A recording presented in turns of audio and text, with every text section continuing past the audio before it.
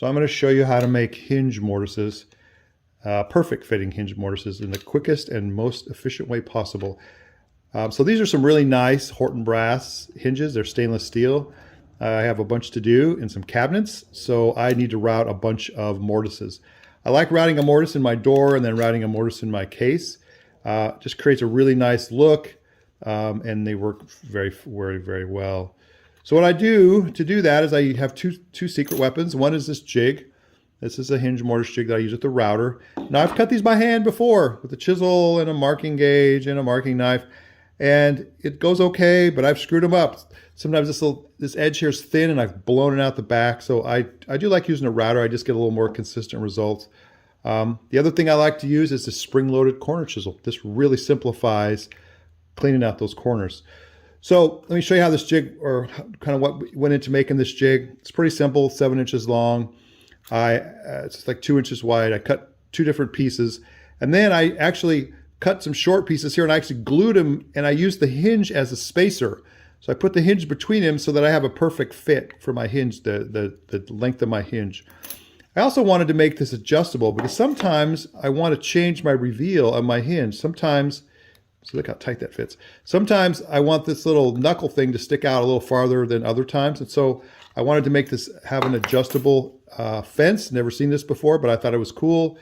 So I did it using the Matchfit system. I just routed a couple Matchfit grooves, dovetail grooves about 1 inch from each end. I made a fence that's like 1 1/8 by 1 1/8. The reason it's 1 1/8 is that so I don't want the knobs to stick past the fence and interfere with my work. So that's kind of my thinking on that. And then I drilled a couple 3/16 inch holes there that I put my knob in. And then I routed a dovetail groove here. The reason that's here is that I can clamp my piece to my, if I'm putting a hinge like inset from the edge of my door or my case, I can put a clamp on each end here. But if I'm doing one right close to the edge, I can't get a clamp here. So that means I can put a dovetail clamp, slide it in the groove and clamp it tight, and I can get this thing to hold. So that's the jig, pretty simple. Nothing fancy, it works fantastic.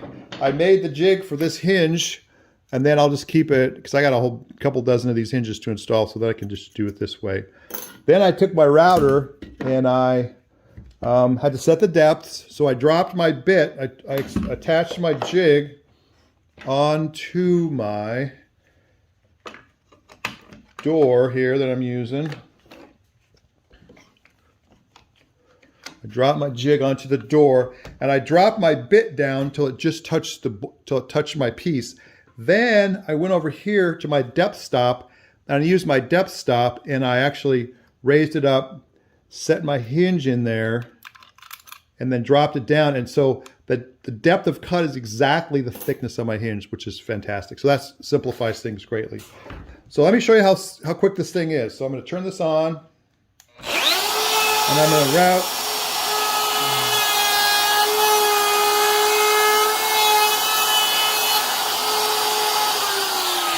Okay, so I've just routed out the mortise.